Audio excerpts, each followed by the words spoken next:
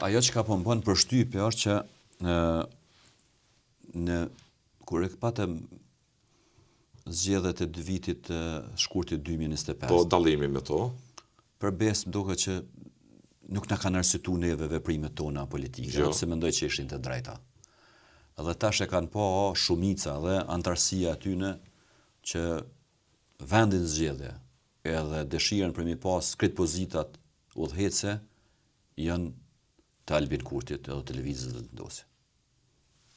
I kanë kuptuar edhe këto lojnat me emra, i kanë kuptuar edhe këto emra, lojnat me oferta në publik ndaj LDK-s në mënyrë të veçantë, i kanë kuptuar edhe lojrat me emra të familjeve emblematike, më thonë duke përmend emra, duke thonë që po dëshirojmë një president konsensual dhe në fundit i ndëgjuam edhe publikisht për shembull ishte rasti Murat Jasharit, Muratit i cili deklaroi publikisht që nuk qëndron ajo çka po thotë zotri Kurti dhe përbes me dalë më thonë mund dikush si pesh morale një familje që nuk qëndron ajo edhe elektorati po e shoh që e ka pa të vërtetën.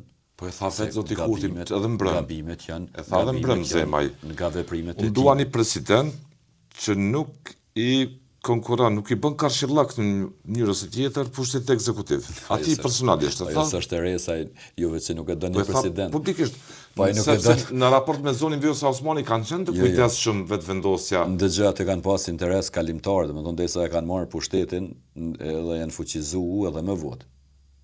Se tash në riktheve, aty ju ka dashur edhe do elemente që mu thirrën rrogovizëm si parti majtiste dhe si parti që e kanë luftuar, e kanë dështuar, e kanë linçuar presidentin Rogova me pas disa figura të LDK-s, përfshi edhe Vjosa Osmanin në atë kohë.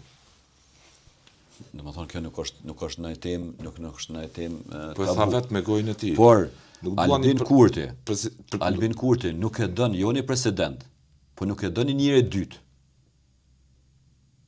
Nuk e doni njëri dytë. Ku janë njerëzit e dytë të tij deri më sot?